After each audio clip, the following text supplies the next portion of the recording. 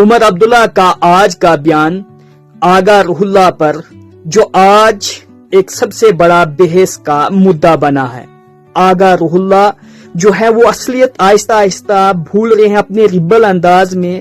کیونکہ خود وہ ایم پی ہیں، لیکن سب سے زیادہ سوال اگر وہ عمر عبداللہ پر اٹھاتے ہیں، لیکن وہ اس چیز کو بھول جاتے ہیں کہ بہت سارے ایسے لیڈر جنہوں نے اپنی پارٹی کو دھوکہ دیا اور اپنی پارٹی سے اوپر بننے کی کوشش کی، اور ان کا حال آج الیکشن لڑنے کے قابل بھی نہیں ہے۔ نیشنل لیول کے لیڈر میں نام نہیں لینا چاہوں گا، آپ خود سمجھ گئے ہوں گے۔ عمر عبداللہ کا آج کا بیان آغا روح اللہ پر جو آج ایک سب سے بڑا بحث کا مدعا بنا ہے۔ عمر عبداللہ جو آنریبل چیف منسٹر ہے جموں کشمیر کے، اور دوسری طرف جموں کشمیر نیشنل کانفرنس سے ہی تعلق رکھنے والے ایم پی آغا روح اللہ، جن کا تعلق بڈگام کنسٹیچوئنسی سے ہے اور وہ ایم پی بنے تھے۔ عمر عبداللہ نے اشارتاً یہ کہا کہ اپنے وجود کو کبھی بھولنا نہیں چاہیے۔ انہوں نے اگزامپل دی میاں الطاف اور آغا روح اللہ کا زمین اور آسمان کا فرق ہے۔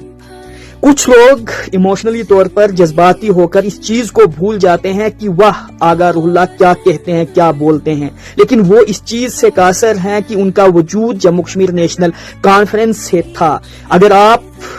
ماضی میں جائیں تو جب ایم پی کی لڑائی لڑ رہے تھے، ایم پی کے لیے مینڈیٹ دیا تو وہ جموں کشمیر نیشنل کانفرنس نے دیا، جہاں سے انہوں نے پہچان بنائی اور ایم پی بنے۔ ہاں، اس کے بعد یہ سچ ہے کہ جب ممبر آف لیجسلیٹو اسمبلی کے الیکشن ہوئے تو سٹار کمپینر آغا روح اللہ کو رکھا عمر عبداللہ نے، کیونکہ وجہ یہ تھی کہ وہ ان کے مینڈیٹ سے ایم پی بنے ہوئے تھے، اور ایم پی کا ایک الگ لیول ہوتا ہے اور ان کا ایک مقام الگ ہوتا ہے۔ لوگوں کے سامنے ایک جیتے ہوئے لیڈر کی، ایک جیتے ہوئے ایم پی کی پہچان الگ ہوتی ہے، لیکن ان کا وجود، ان کی پہچان، ان کا سٹار کمپینر بننا، جڑ جو تھی وہ شیخ عبداللہ، فاروق عبداللہ اور عمر عبداللہ کی وہ پارٹی جو کہ ایک تحریک کی حیثیت رکھتی ہے۔ آج سید آغا روح اللہ جو ہے وہ اصلیت آہستہ آہستہ بھول رہے ہیں اپنے ریبل انداز میں، کیونکہ خود وہ ایم پی ہیں، لیکن سب سے زیادہ سوال اگر وہ عمر عبداللہ پر اٹھاتے ہیں، لیکن وہ اس چیز کو بھول جاتے ہیں کہ بہت سارے ایسے لیڈر جنہوں نے اپنی پارٹی کو دھوکہ دیا اور اپنی پارٹی سے اوپر بننے کی کوشش کی، اور ان کا حال آج الیکشن لڑنے کے قابل بھی نہیں ہے۔ نیشنل لیول کے لیڈر میں نام نہیں لینا چاہوں گا، آپ خود سمجھ گئے ہوں گے۔ فی الحال لوگ جو ایموشنلی طور پر ساتھ دے رہے ہیں، سوشل میڈیا ایک الگ پلیٹ فارم ہے، وہاں پر لوگ واہی دے رہے ہیں، لیکن جب اصل مقصد یہ ہے کہ اگر انہوں نے مینڈیٹ این سی سے ایم پی جیتا ہے اور جب وہ پارٹی سے الگ ہو جائیں گے تو پارٹی کی ایک الگ پہچان ہوتی ہے، پارٹی کا ایک الگ مقام ہوتا ہے،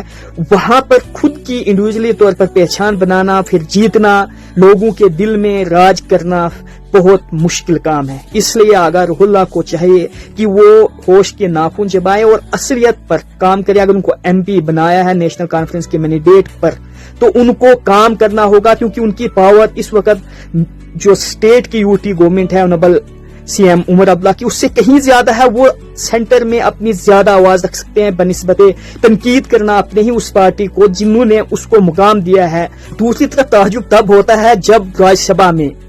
3 سیٹس این سی لیتی ہے اور 1 سیٹ بی جے پی کو بھی مشکل سے، اب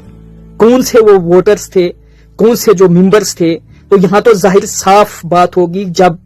عمر عبداللہ کا یہ بیان تھا کہ ہم نے سلیپ جو ایجنٹ تھے اعجاز جان، انہوں نے دیکھی نہ این سی سے تھا نہ کانگریس سے تھا۔ پھر سوال بنتا ہے کیا وہ پی ڈی پی سے تھے، کیا وہ آزاد امیدوار تھے؟ وہاں سے مشکل سے 1 سیٹ حاصل ہوئی، جہاں 4 کا دعویٰ ایل او پی سنیل شرما کر رہے تھے، 1 ملی، اس پہ جشن منایا، اور دوسری طرف 3 سیٹس این سی کے پاس تھی اور انہوں نے اتنا جشن نہیں منایا جتنا بی جے پی نے 1 سیٹ پر بنایا۔ تو اس سے پتا چلتا ہے لیول نیشنل کانفرنس کا، جہاں پر پوری ڈومیننس ہے ملک میں ہر کہیں، لیکن نیشنل کانفرنس نے 2019 کے بعد کی بات کی جائے تو الیکشن ہوئے ہیں یہاں، تو بی جے پی کو اگر آڑے ہاتھ لیا، لوگوں کا دل اگر جیتا ہے تو واحد پارٹی ہے۔ اسی لیے سب سے زیادہ اگر اس وقت سوال اٹھتے ہیں، ان پہ اٹھتے ہیں، ہاں یہ سچ ہے کہ کام اتنے جو مینیفیسٹو میں دکھائے تھے 1 سال میں نہیں ہوئے، لیکن ابھی 4 سال باقی ہیں۔